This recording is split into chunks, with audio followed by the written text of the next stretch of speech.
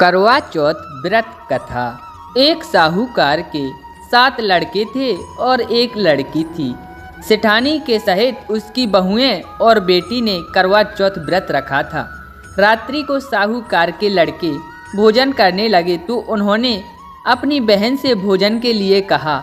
इस पर बहन ने उत्तर दिया, भाई चांद नहीं निकला है, उसके निकलने पर अर्घ देकर भोजन करूंगी।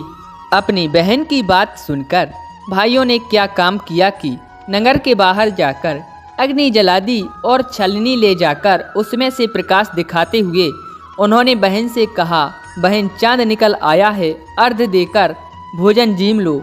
यह सुन उसने अपनी भाभियों से कहा कि आओ भाभियों, तुम भी चंद्रमा को अर्घ दे लो। परंतु वे इस कांड को जानती थीं। उन्होंने कहा, बहन जी अभी चांद नहीं निकला है, तेरे भाई तेरे से धोखा करते हुए अग्नि का प्रकाश छलनी से दिखा रहे हैं। भाभियों की बात सुनकर भी उसने ध्यान न दिया और भाइयों द्वारा दिखाए हुए प्रकाश को ही अर्घ देकर भोजन कर लिया। इस प्रकार से व्रत भंग करने से गणेश जी उस पर अप्रसन्न हो गए। इसके बाद उसका पति सख्त बीमार हो गया और जो कुछ घर में था उसकी बीमारी में लग गया। जब उसने अपने किए हुए दोषों को जाना तो उसने पश्चाताप किया।